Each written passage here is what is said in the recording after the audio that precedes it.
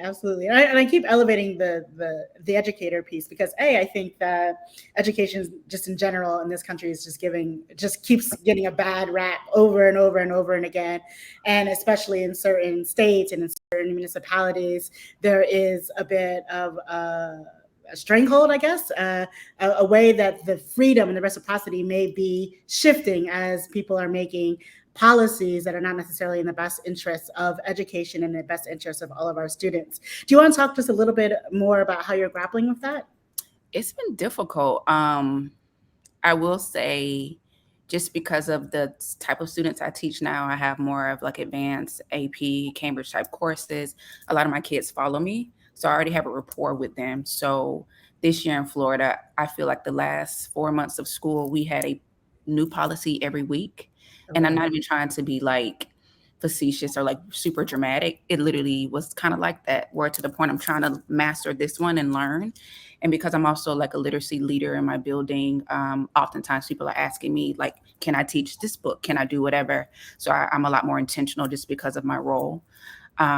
Because I'm in the class, I'm also like a literacy coach, and people are often going to me. I'm the one getting the email saying this is a new update from the district. I'm like, and then people are like, I was going to teach this book. Is this okay? And we're working on the parent letters together and make sure it gets signed off. Things that just didn't matter before, because the policy was always if a student has an issue or a parent, you always had to have a secondary book for that student, but it did not shift your classroom curriculum ever.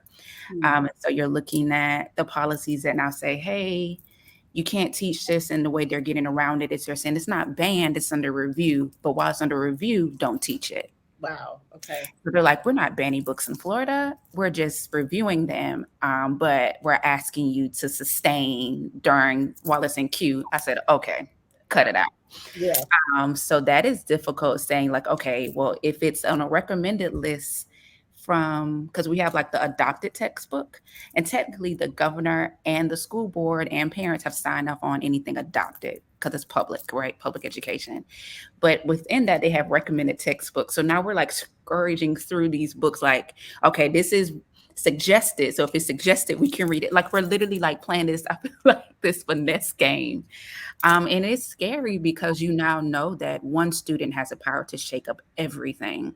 And it might not even be the kid complains. It might be they go home and talk about the conversation we had in class. And then the parents like, what? You're talking about that? You shouldn't talk about that in class. And for me, it's why I do what I love. So when I think about the minoritized community I'm a part of, I'm a Black woman. And I think about just the history of education and how many people did not want somebody that looked like me to learn, like straight talk, straight understanding, as I like to say. How long did it take Black people to be allowed to read, write, do whatever? And even think about women, like when you think about how long it took for white women to be able to do anything. I went to the University of Florida for undergrad. I mean, they started in 1853. Only white men can go there, right? So when you just look at the longevity of what that means, and then now me bringing this story, and then somebody saying, well, don't talk about that because people feel victims and they feel like they're being suppressed and oppressed in the class. I'm like, what?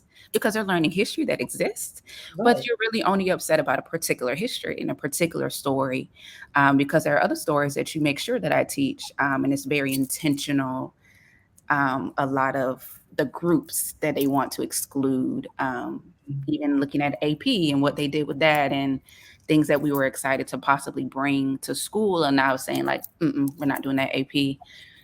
Black history class, because right now Florida is like, no. So it's interesting, just K through 12 and at the collegiate level, and looking at friends that I have whose emails have been said, your email goes against the new policy, and realizing, well, I always advocated for my students to stay in state just for cost effectiveness. Now saying like, kind of want to tell my kids, get out of Florida, because it's important that you're able to free think. And when you think about what happens to the education system when your best and brightest minds are suppressed, I don't know what this looks like in 5 years. I really don't. And it's super scary. Yeah, no, that's a good point. I mean, the suppression of the free thinking, and I keep thinking about that. And then the idea that some narratives are allowed to be, and some narratives have to be suppressed. and let's just, I mean, I'm fine calling it out. This is, I'm a Black woman. Yes, I matter. We know what we're talking about. You know, we're talking about people who look like you and I, Brittany, right? And those are the stories that are often and historically have often been suppressed. We can go back in history and just talk about your point about us not learning how to read and write. And that's why I find like the fact that we can be educators to be an exalted profession and an exalting profession, and that we have the ability to say, like, you know, our ancestors just 100 years ago couldn't have done this, right? They couldn't have been in the places and sitting in the spaces that we are. And so we are grateful, but there's still so much more that we need to do. And to know that we've had so much progress, and now we're taking 2 or 3 or 4 or 5 giant steps back. And I'm curious, like, how do the students feel just in general? Are you getting a sense? Do they talk to you about, are they afraid? Are they concerned about their own freedoms, or about what they can say about themselves and their identity, et cetera, and their own stories and their own voices? They do have a sense of fear. I try to keep them abreast of different policies and what that looks like. Even when they ask me, like, "Hey, are we going to read this book next year?" And I honestly say, "I don't know. I'm going to have to figure out how to get around it." And even like, you know, we have our district cautioning us, like, "I know how teachers are. You always want to push the envelope, but I'm telling you, they're literally." One of our district guys was like, "They're trying to make an example." Mm. Like, you know, so be careful. And so as I update students on policies, I have a lot of students that identify in the LGBTQI plus community. And knowing that now the thing is we're supposed to disclose, and that's never been policy. And them understanding that, like, if you have a preferred name in the system, we're supposed to have to share with your parents, you know, and what that looks like, and that being attached to, like, you know, certifications and jobs and things, and not supposed to be like a part of it. And so they're understanding, and they're having their own fear. Like, I have students that are out to parents, but I have some that they could never, you Right. know, and what that means and those freedoms. And I have students like, my teachers always said, "You read all the banned books." And I said, exactly, you know, because they're not little kids. You know, my students are 10th through 12th grade. So they're like, "I can't do it. I want to do it right now." You know, they're intrigued by that. So they're very much so aware. I try to emphasize that, you know, make it a lesson, like, this is why voting, those things are important. But they're very intrigued and into this idea of you telling them they cannot do something. Mm. Or being said, you know, "What's wrong with this?" Or I don't understand why. Or so they're very intrigued. Like, if you want to get them going, let me tell them about something they can't do.